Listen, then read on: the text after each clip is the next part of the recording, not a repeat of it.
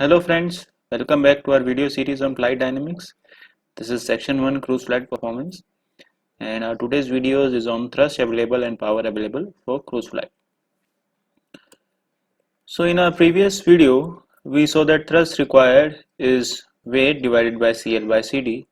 So this is the formula we derived in our previous video. So we can say that thrust required is a function of weight as well as the aerodynamic characteristics, that is CL and CD of the aircraft. And if we draw a thrust required curve, it will look something like this. So with the increase in velocity, thrust required first decreases and then it starts to increase. Now, but this is not the case for thrust available. So this basically defines the capacity of the engine, how much power or how much thrust the engine can produce.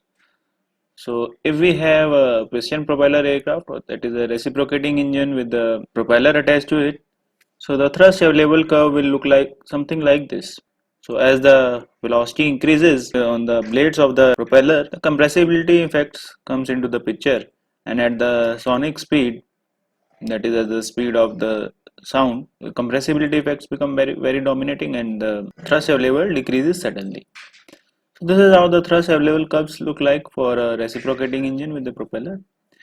But if we have a jet engine, the thrust available curve is normally flat. That is, it is almost independent on the velocity of the aircraft. So thrust available is basically a function of the engine, how much thrust the engine is capable of produce, and it is independent on the aerodynamics of the aircraft or weight of the aircraft. Whereas thrust required is basically a function of the weight of the aircraft and the aerodynamic characteristics of the aircraft, and it is basically thrust required basically tells how much drag is being produced at that velocity. Now coming back to our thrust required curves. So thrust required curves for a jet engine would look something like this.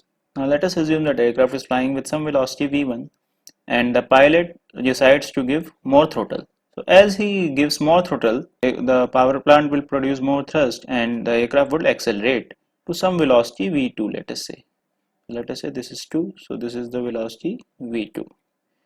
Now the pilot wants to give full acceleration, so he gives the full throttle, and let us say the aircraft reaches some velocity v3. Now what is happening at v3 is the engine is producing its full thrust. Now engine is not capable of producing more thrust, so we can say that thrust available line is something like this. So 3 is the point at which thrust available and thrust required lines are intersecting. Now the engine cannot produce more thrust. So if the pilot wants to exceed this velocity v3, he will try to give more thrust, so thrust required will be more than thrust available, and engine is not capable of producing more thrust. So v3 basically defines the maximum velocity of the aircraft. So this point of intersection of thrust available and thrust required defines the maximum velocity at which the aircraft can fly, and this is basically decided by the power plant of the aircraft. Now let us talk about power available.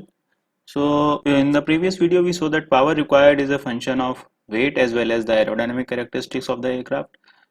Now coming to the power available like the thrust available is basically a characteristic of the power plant only. Let us say we have a reciprocating engine.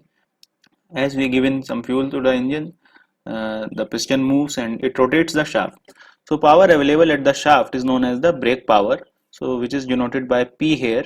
Now this power is now transferred to the propeller blades. Now propeller blades have some inefficiencies and some of the power is lost.